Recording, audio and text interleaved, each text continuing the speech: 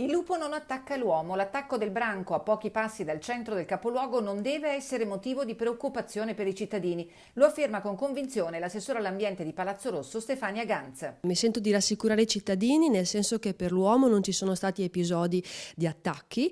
Da noi il lupo è tornato da qualche anno, però dove il lupo è presente da sempre, penso all'Appennino, non ci sono registrati attacchi all'uomo. Più volte in questi mesi vi abbiamo raccontato gli episodi in cui il grande predatore ha creato scompiglio fra gli allevatori in primis, ma anche e soprattutto fra chi per hobby possiede pecore o asini per la cura del territorio. L'assessore Ganz spiega che è importante adottare le giuste precauzioni per proteggersi non solo dal lupo. Vanno prese le precauzioni come per qualsiasi altro animale, selvatico o domestico, che 100% sicuro non è mai. Quindi le precauzioni che vengono adottate anche per i cani, perché i cani randagi si sa che sono molto più pericolosi del lupo per l'uomo.